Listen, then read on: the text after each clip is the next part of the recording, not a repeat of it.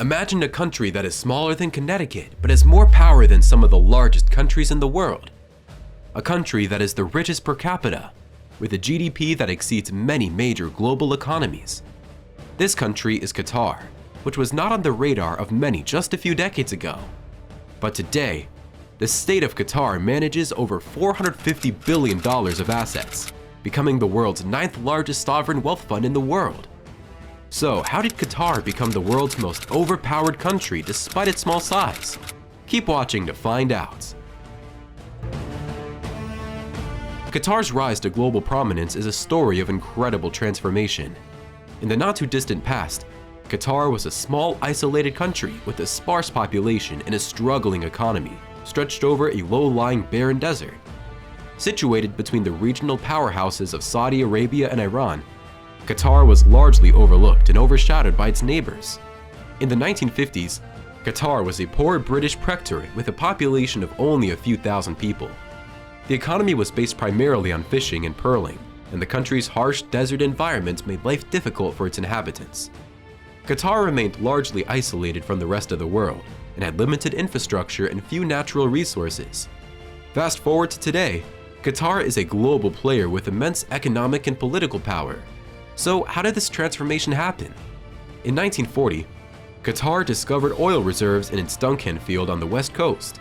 Suddenly, Qatar had a valuable resource that could transform its economy and bring prosperity to its people. It was a game changer for the small, struggling nation.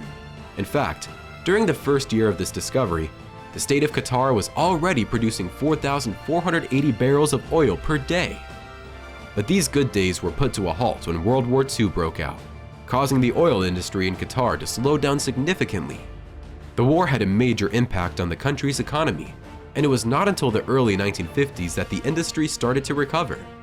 But you see, Qatar's oil reserves were still not enough to sustain its economy in the long run, because compared to the vast reserves found in nearby Saudi Arabia and Iran, Qatar had almost nothing.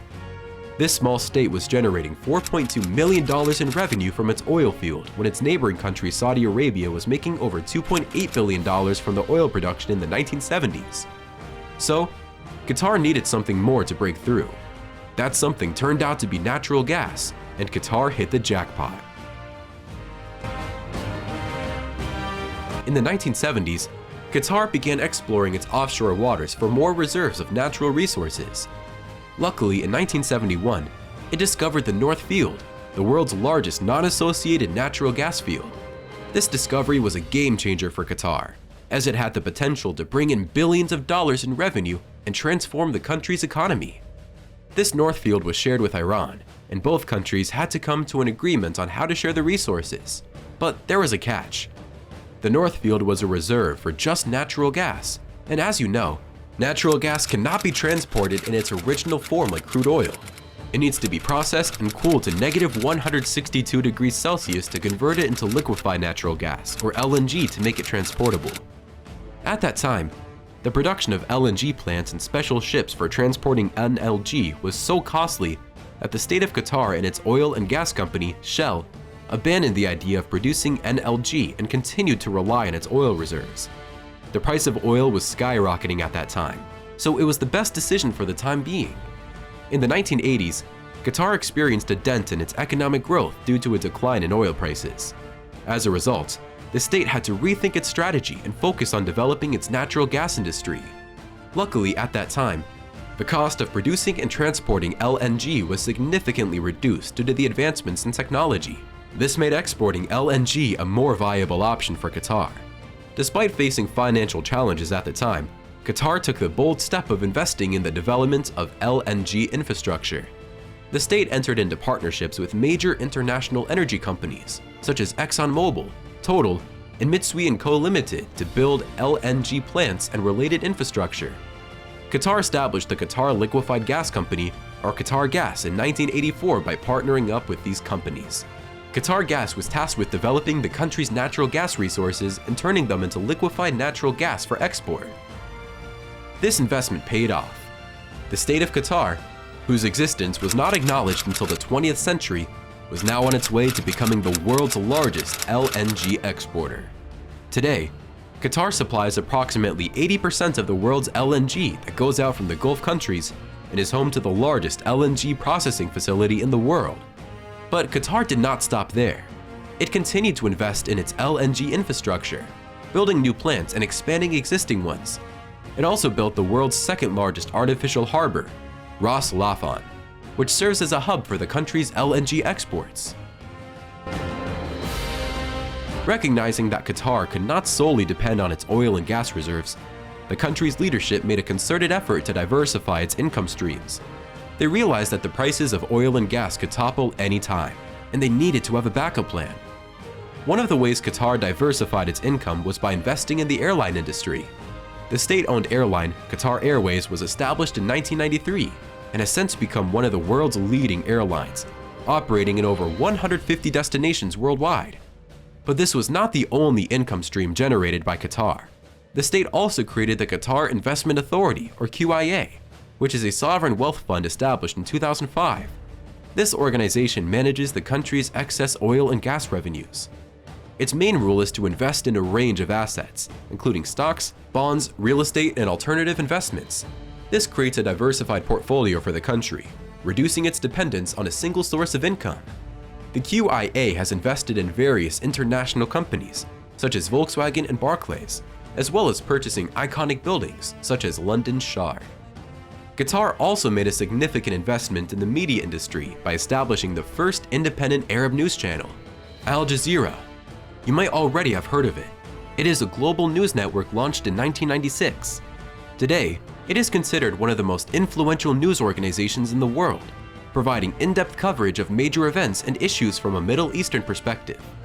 This produces a unique and diverse voice in the global media landscape.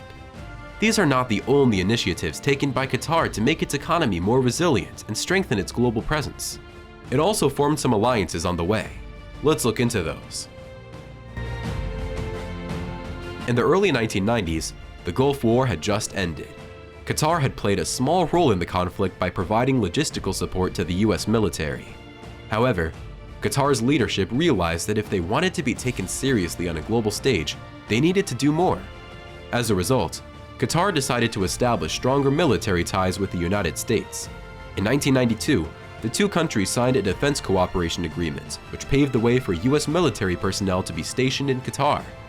The agreements also allowed the US military to use Qatar's territory for training exercises and other operations. Over the years, Qatar has become an important base for the US military in the Middle East.